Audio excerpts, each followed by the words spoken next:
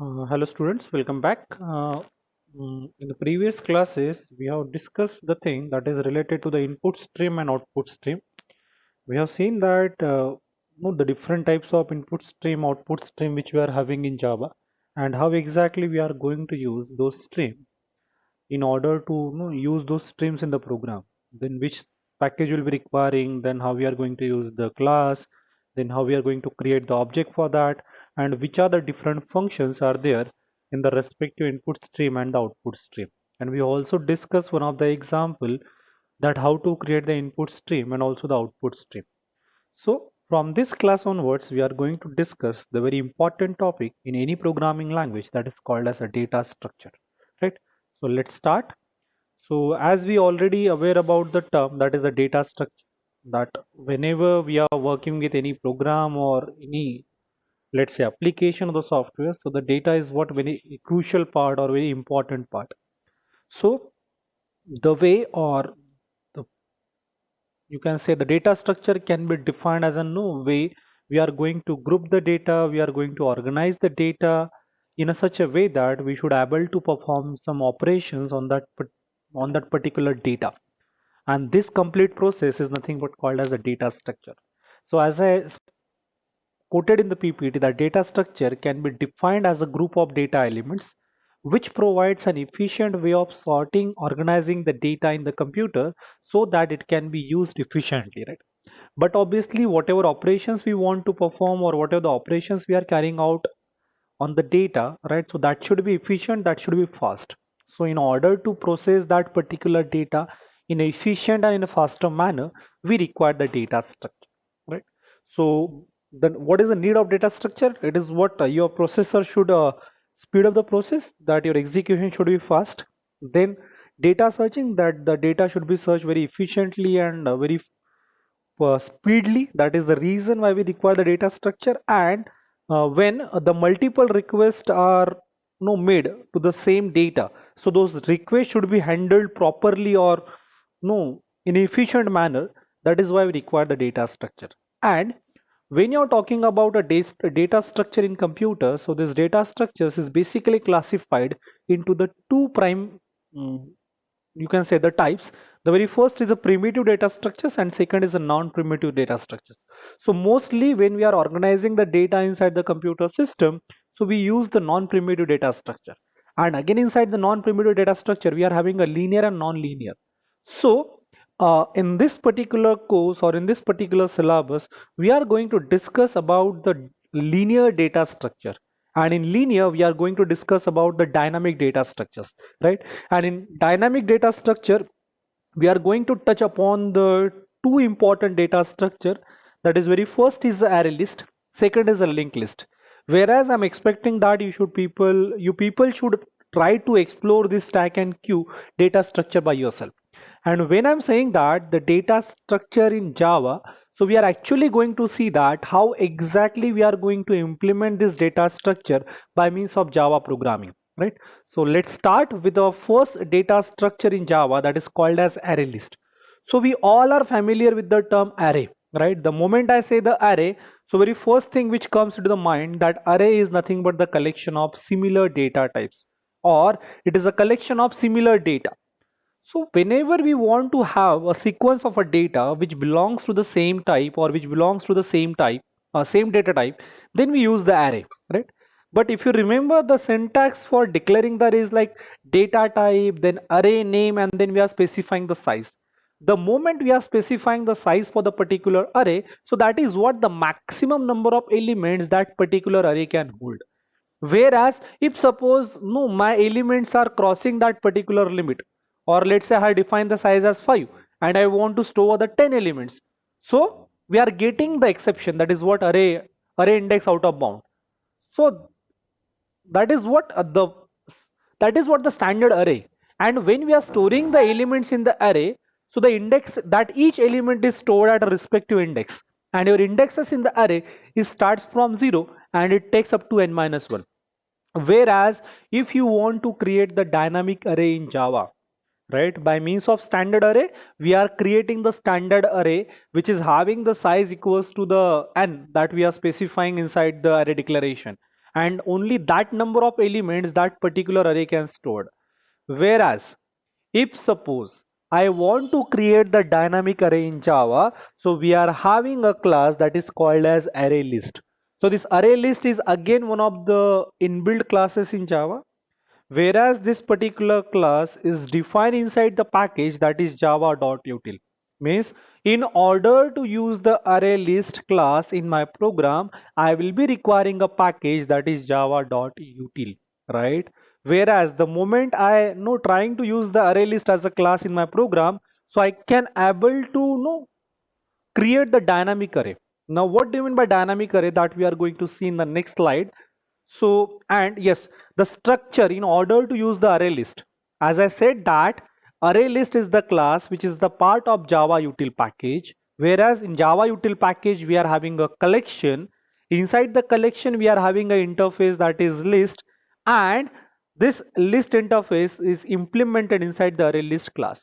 So the question which arises that what do you mean by interface, right? So if you remember when we discuss about the inheritance, so in that we have said that Java supports the only three types of inheritances, namely single inheritance, multi-level inheritance, and hierarchical inheritance, right? Whereas if I'm talking about multiple inheritance or the hybrid inheritance, so it is not supported in Java, right? Whereas in order to implement such interfaces, or in order to achieve this inheritance, we'll be using an interface, right? That is what multiple inheritance cannot be achieved by means of inheritance, whereas the multiple inheritance in Java can be achieved by the concept that is called as interface. And when I'm talking about interface, so interface is basically an, you can say, the blueprint, or it is an no, you can say one of the prototype which we are declaring, and the implementation whatever we have declared inside the interface is taken place inside the class which has been derived from that particular interface. And whenever a new class is get designed out of the interface, so that class is get implemented from the interface. So we use the keyword that is called as implement. Hope you understand what I'm trying to say, that every time whenever we are declaring the interface is only having a prototype, or it is only having a blueprint which is not having any implementation for any of the method. Whereas if I want to know define those methods, so those methods will be get defined inside the class which is get implemented from that particular interface, right? So from a single interface we may have a multiple class, or we may have the multiple interfaces, right? And those multiple interfaces can be implemented in any one of the class, right? And whenever any class is get implemented from the interface, we use a keyword that is called as implement, right? So whenever I want to use or the array list class, that array list class is always going to implement the methods which is declared, or which has been no, which is the part of the list interface. Because the moment I implemented the array list from the list, so this array list have to implement all the methods which is the part of list interface. So that is what the meaning of interface. And whenever we are using the array list in my program, or to just create the dynamic array in my program, so array list is come up with the three different types of the constructor, right? The very first is we are having a default constructor for the array list, and we use the default constructor for the array list in order to build an empty array list, right? Means whenever we want to create an empty array, right, empty dynamic array, in that case we use the array list constructor. Whereas if you want to assign certain values to the array, right, that you are having certain array and you want to initialize certain values to that particular array, in that case we are using a second type of a constructor for the array list, and in that we are passing the collection C, that is what the number of elements for a collection class C, right? So that is where we are using the array list constructor. So, and third is what, if suppose at all I want to initialize the initial capacity or initial length of the array, so in that case we can go with the third type of a constructor in which we are specifying the capacity, that is what the initial size, right, of the particular array.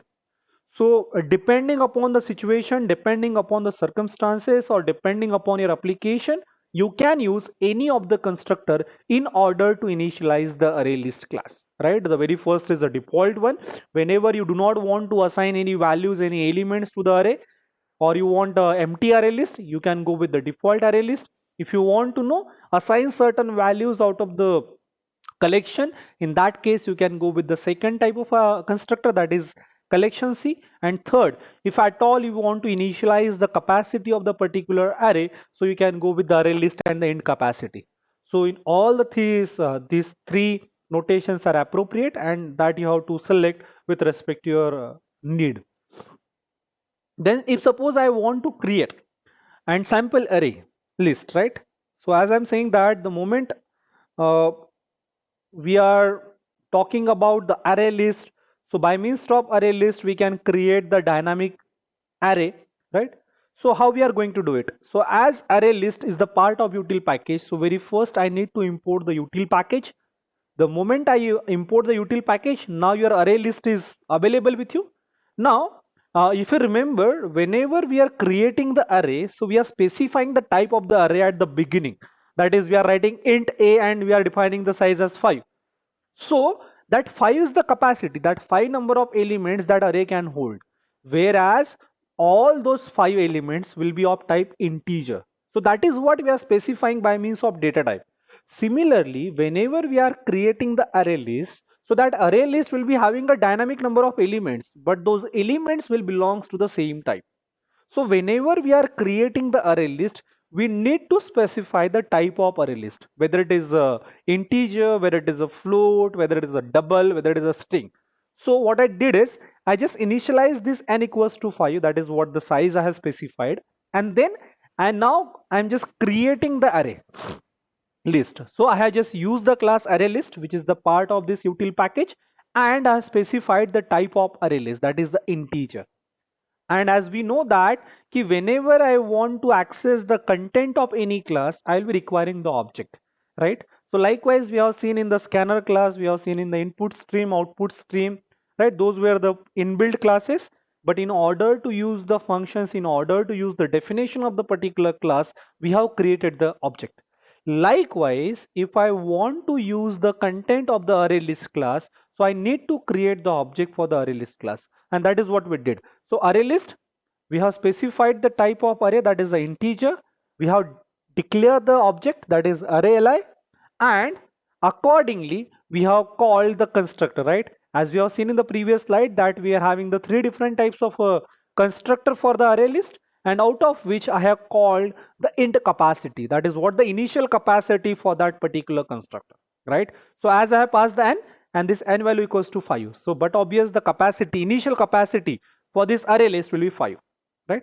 Then now what I'm doing is I want to add the elements into this array list. So in order to add the elements into this array list, I have just no declared one for loop, that is I equals to 1, I is less than equals to n, and I plus plus. And again, this inside this array list class we are having so many predefined functions or so many predefined methods. So in order to access the method of the class, so we are having the syntax, that is object dot method name. So similarly, we have created the object, that is array li, and if I want to add the elements inside the array, so this array list is having the method that is called as add method. So I have used the syntax, that is object dot method name, and I'm trying to add the elements into it, right? That is from the for loop. So I have just add I, that is what is going to increment from 1 to 5, and accordingly the elements will be get added into the array list. So if I just try to print the array list, so what is the output we'll be getting? That is 1, 2, 3, 4, 5, right? And each element will be having some index, right? As we said that the array index starts from 0. So likewise this first, the moment I say array list, the first element will be printed, that is 1. Next will be 2, next will be 3. So this 1 will be having an index that is equals to 0, and likewise I will be having the index that is n minus 4. Sorry, n minus 1. That is what it will start from 0 and it will end up to 4. Then if suppose I want to remove the particular index or particular element from the particular index, So what I'm doing is I'm just calling the another method which is the part of ArrayList class, that is the remove method. And what I'm saying, I want to remove the element which exists at the third index. So we are having the output as 1, 2, 3, 4, 5, whereas index of the 1 is 0, index of the 2 is 1, index of the 3 is 2, index of the 4 is 3, index of the 5 is 4. And now what I'm doing is I'm removing the element which exists at the index number 3. So the moment I say remove the element at index number 3, it is going to remove the element that is 4, right? And if I try to print the array list again, so now I'll be getting the output as 1, 2, 3 and 5. So the fourth element will be get deleted automatically, right? So we are having one array out of which we are deleting, and we are printing the elements dynamically. And if I suppose I want to print the size of the array, so accordingly we can get the size of the array as well. So this example is quite clear that how we are going to add the elements, how we are going to remove the elements, how we are going to get the size of the array, right? Then whenever we are talking about any data structure, so each data structure is performing certain operations, right? So very first operation that we have seen in the previous example, that is what adding the elements. So whenever you want to add the elements in the array list, so we are having one predefined method inside the array list class, and that method is the add method, right? So and there are two different ways that how we can add the element in the array list. The very first is simply by means of add, and we can simply put the element and accordingly the elements will be get added. Or second way around is what, we can mention the index and we can mention the element, that is what, that at which index you want to add which element. So that is what a second notation which we are having in order to add the elements, and that is why I'm saying that it is the overloaded method, because I can add the simply elements, or I can simply specify the index at which I want to add the element. So in that way the elements can be added, right? Then this method is used to add an element at a specific index in the array list. And again, if I want to add the element, so the example is quite same, that is I need to import the util package. Again, if I want to use the array list, I need to specify the type of array list. Here I am specifying it as a string. So I am trying to create the array list of type string. Again, I have created the object. Again, it is your choice that what type of object you want to create. Then new array list, and now here I am using a default one. In the earlier example, I tried to use the capacity, that is the int capacity constructor. In this case, I try to call the default constructor. And now as I want to add the elements inside the array list, so I'm just simply using the add method, right? That is the object dot add, I'm adding the first element, object dot add, I'm adding the second element. And in the third example, what I'm doing is I'm just specifying the index, right, at which index I want to element. So the moment I say ai dot add 1 comma index, so this index element will be added at the first location. And if I try to print the elements, so what will be getting, that is array, then at the first index it will be index, and at the second location will be having a list. So this is how we are going to add the elements inside the array list, right?